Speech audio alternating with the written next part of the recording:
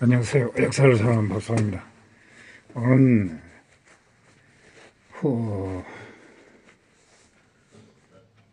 석갱당이 연원 16조를 넘겨주는 과정과 연원 16조가 얼마나 중요한가에 대해서 한번 알아보겠습니다.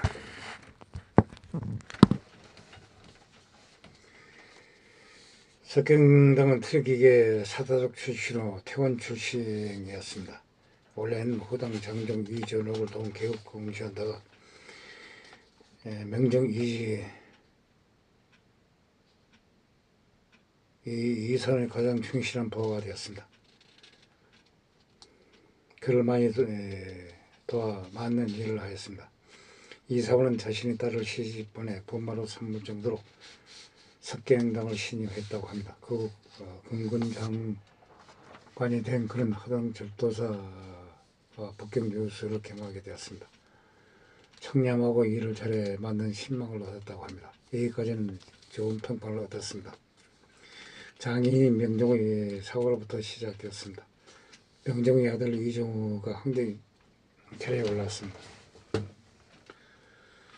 이종우의 반란으로 몹시 위태로운 처지가 되었습니다. 이종우는 기병국의 시키만 건드리고 간신히 도망쳐 이주를 지나다가 마침 그곳을 지나던 석갱당과 마치게 되었습니다. 석갱당은 명종 이사원의 사위이고 이종우는 이사원의 아들이라 자연과 천암 사이가 됩니다.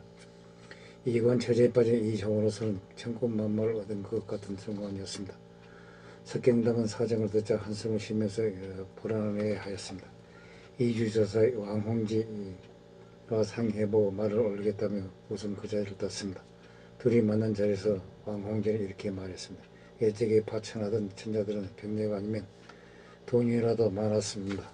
그런데 지금 천자가 가진 것이라곤 고작 철병 50명 뿐입니다. 우리가 충성을 하면 무슨 득이 있겠습니까? 석갱당은 이 말을 듣고 이종우 신복인 공전 고사 사수양과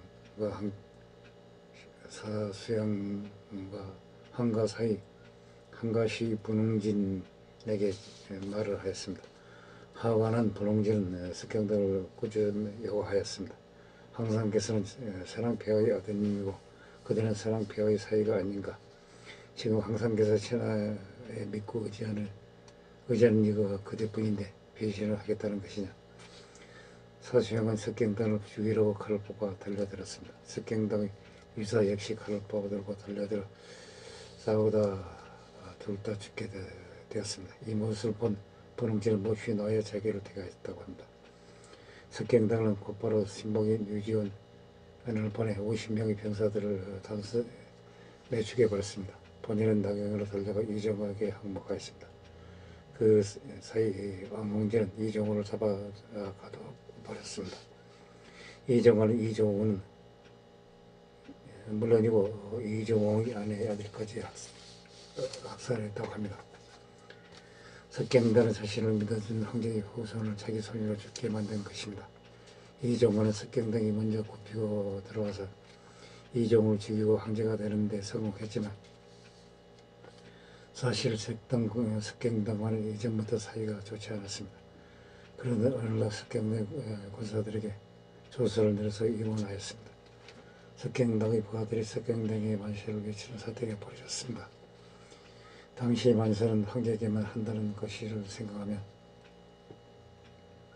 이종우 입장에서는 기분 나빴습니다.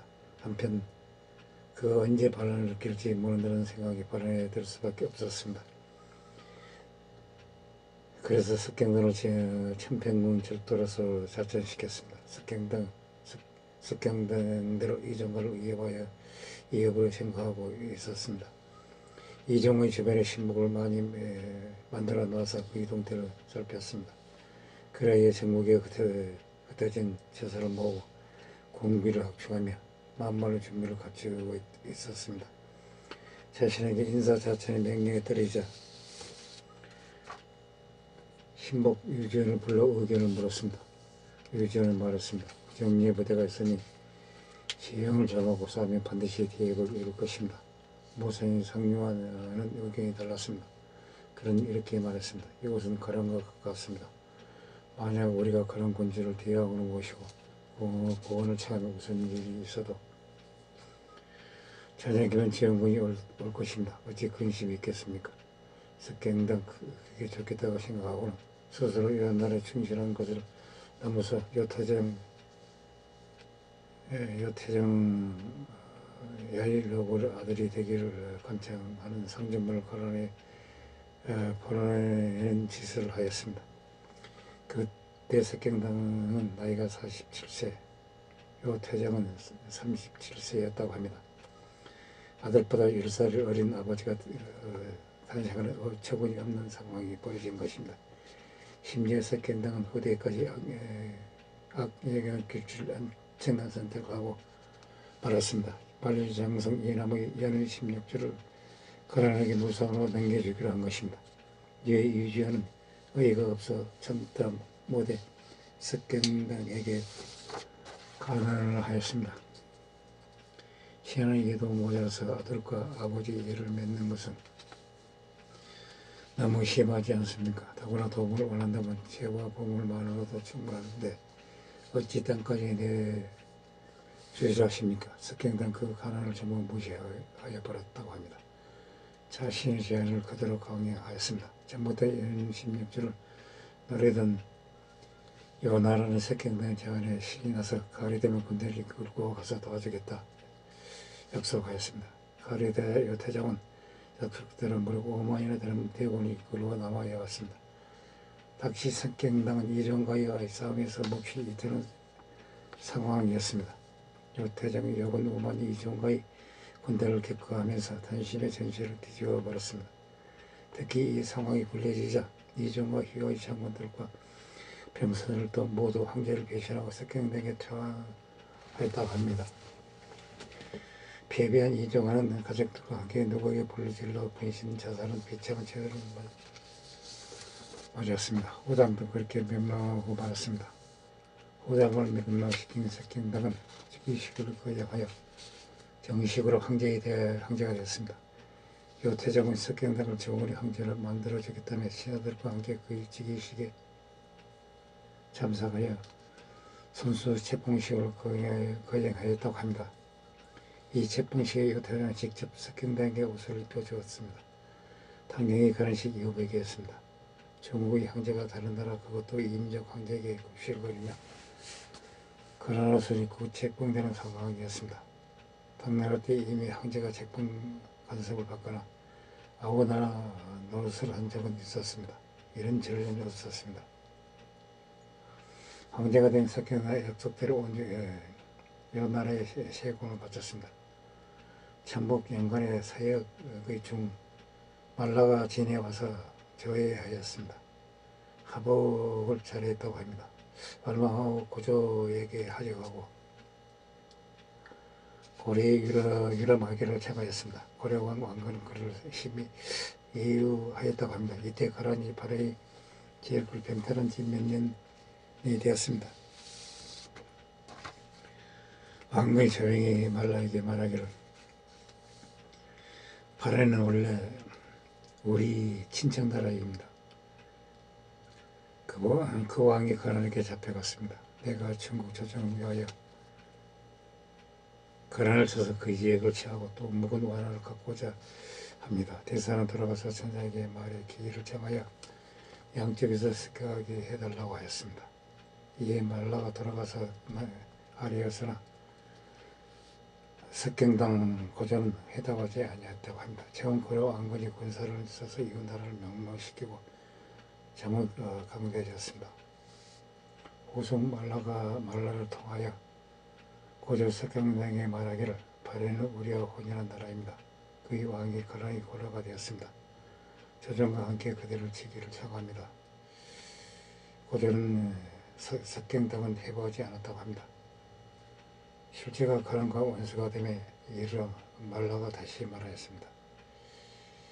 실제가 고려를 하여금 가란의 동쪽 변경을 여제 어리잡혀 가란의 세력을 나누고자 하였으나 마침 왕건이 죽고 아들인 왕모가 스스로 원지국사라 칭하며 표를 올려 성을 알렸습니다. 11월 우술의 왕물을 대의군사 고려왕으로 삼고 동사사인의 곽인우를 고려의 사신으로 버려 고려를 공격하도록 초지로서 겨우쳤습니다.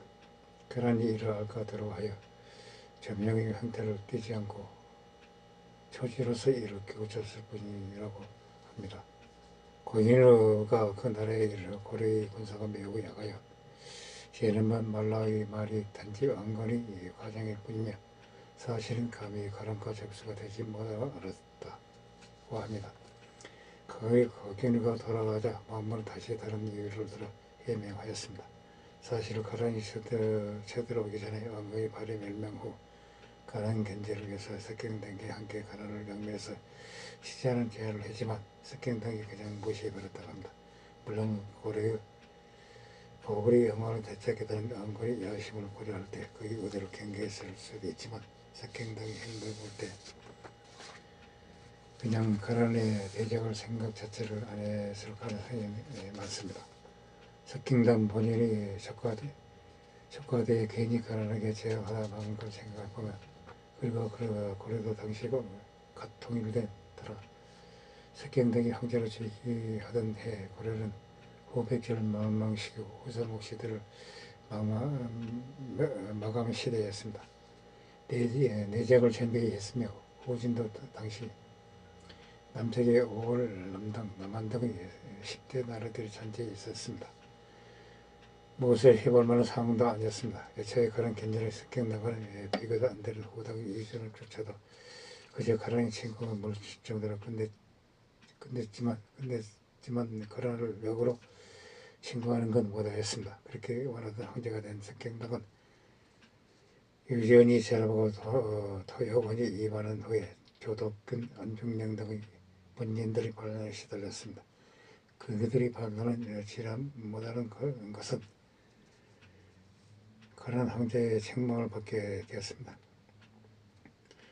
석경당은 근심하다 죽고 말았습니다. 황제가 된 뒤 고작 6년 만이었습니다. 후계자 아들 석중에는 어리다는 명분으로 형의 아들 첫째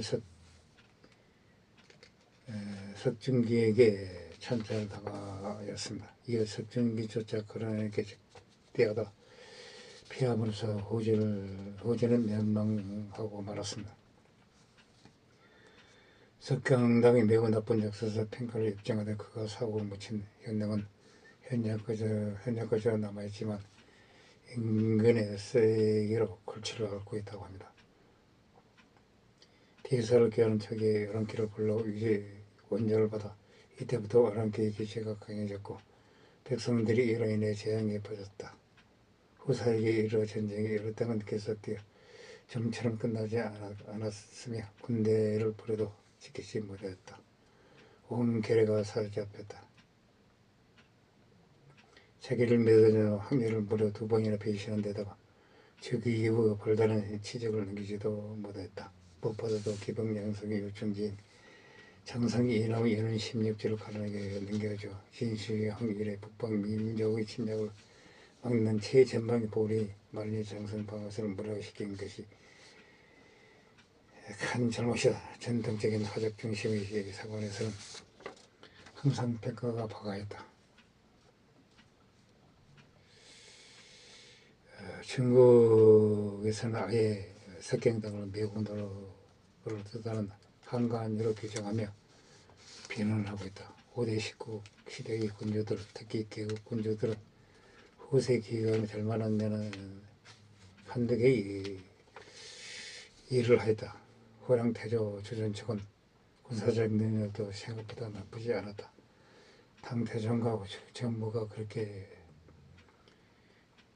찍어 눌러도 버티면서도 이진남북주 시대 수나라 당나라의 내내 심각한 적폐가 됐던 문물기적을 제거했다. 수도를 개방으로 준 뒤에 송나라 대표들은 중국 근세로 가는 기대를 열어줬으며 약자인 민족을 생각하는 마음도 있었다. 호당태조 이응령 또한 항소에 난 지람에 큰 공을 세웠다. 한때는 주연층보다 더 거대한 세력을 이루고왔다. 그러나 실수와 억제가 겹쳐 유명한 인재를 연달아 죽이고 나중에는 인공의 배신에 화가나 공개하다가 대표하는 등 말려는 실패만 거듭하였다. 후당 장정 이재롱은 주연층과 열러버기를 물러나게 하는 등 군사적 재능도 있었다. 그러나 내정의 실패에 자신을 믿더라도 신하들에게 벌받고 내 비참한 체해로 맞았다. 후당 명정 이상원이 시한 예치와 예치에서 준선생보를 거두어 오대 국가들 중 대물기의 안정적인 시기였다. 후왕 고조 유지원은 가랑건들을 몰아내고 중원을 다시 서보하였다. 호주 태적 화기는 내정을 안정시키며 세종에게 지위를 물려줄 정도의 안목도 있는 사람이었다. 호주 세종 시형은 천하의 반 정도를 제압하여 놓고 오대를 제외하며 최강하게는 남당도 호주에 패배하여 세력이 꺾여도 송태제의 조공년은 찬탈로 시작했지만 찬탈 과정도 다른 왕조에 비하여 그의 온건하였다. 무엇보다도 500명 넘게 시석된 찬탈을 후 전 왕조가 몰살을 중단시켰으며 오히려 전 왕조의 단서 철권을 내려 적극적으로 보호하였다. 공신들을 정의를 했지만 배려석분권이라고 자연히 뱅크만 내놓게 하고 사람을 죽이지 않았다. 그리고 과거죄를 실시하고 사대를 키우기 시작한 등 내정에 큰 업적을 거뒀다. 외정원은 북한과 오를 제외하는 모든 나라를 제외하여 5대 19 시대의 종교를 앞당겼다. 이후 단명하지 않고 불쌍한 남성을 합쳐 300년 넘게 이어지게 됐다. 연날에 남긴 연인 16전 거란이 중원에 진출하게 된 계기가 되었다. 요충질 이른 중원은 내내 거란에 시달리며 송나라시기까지 그중 이계지만 간신히 되찾았다. 송나라는 건국 당시부터 요나라는 건국 때문에 괴롭혀지 모였다. 거기에 상당한 책임이 있는 인물 이런 한정명의 열세는 비단 요나라 시기에 끝난 게 아니라 금나라 원나라까지 이어졌다. 금나라의 바른기후 북성의 몰랑 및 징기스칸의 원나라 흥기까지 생각하면 중원의 주도권을 유목민족에게 거의 400년 이상 넘겨줬다. 한족의 입장에서 볼 때 중국사를 나쁜 의미로 바뀌는 인물이다. 연은 16전 이후 명나라가 몽골을 초원으로 내쫓는 과정에서 되찾게 된다. 다만 이후 한족 입장에서 본다면 원주족이 청나라에 의해 명나라가 멸망당하면서 다시 뺏겼다가 실의 혁명으로 청나라를 무너뜨리고 중화민국을 세력하게 되면서 다시 찾게 되었다. 유주, 석주 등의 연은 16주와 얼핏 보기에는 중원 전체 입장에서 결정적인 면적이 영토가 아닌 것 같지만 중요한 것은 넓이가 아니라 그곳의 지형이다. 원래 중국의 한족 왕조들은 험진한 방어 요충지를 성벽을 이어져 건설하였는데 이것이 바로 만리장성이었다. 이후로 만리장성을 의지해 북방의 운명민족들을 방어해 왔다. 이는 16전 그 만리장성 바로 이남이 입지한 것이다. 즉 하북평야지대를 방어하는 노른자위로 비교할 정도로 중요한 지정학적 요충지다. 지형적 방어물이 없어졌다는 것을 의미한다. 또한 이 지역은 당시로서는 가장 중요한 군수물자인 말이 13절에 이것을 이름으로써 유명민족의 대규모 기병 편제 보병 중심으로 불리한 위치에 대응할 수밖에 없게 됐다. 그래서 요나라, 금나라, 원나라 등 유명민족 국가들이 이후로 아무런 저항 없이 중으로 침입하여 내려왔다. 이 지역에서 나는 물자를 바탕으로 이전까지 유목연맹국가의 한계를 넘어서 중앙시 건너까지 가능하게 해준 지역이다. 진시황 이후로 1000년 넘게 중국 고대사를 관통하며 내려온 보물중의 보물인 연신육뿐만 아니라 전국 옥시까지 사라지게 만들었다고 한다. 이상 석경당의 인물과 연신육제를 연나라에 넘겨준 과정, 연신육제가 얼마나 중국 사회에서 요충지인가에 대해서 알아봤습니다. 얘기를 마치고자 합니다. 항시 부족합니다. 양해 부탁드립니다. 감사합니다.